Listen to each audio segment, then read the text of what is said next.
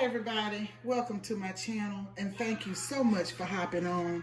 I'm about to make a strawberry cream cheese cake and the ingredients are a stick of butter, 16 ounces of marshmallows here, and I'm going to melt the butter and then put the marshmallows in and stir it well.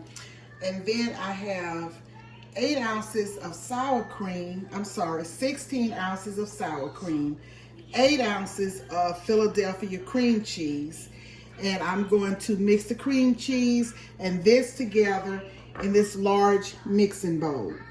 Okay, I'm going to add a teaspoon of vanilla extract, pure vanilla extract, and these are the 2 graham cracker crust that I'm going to be using.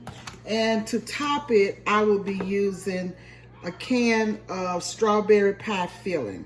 And that's all there is to it. And I'm going to put all of this together and come back and let you see what we have going on in this.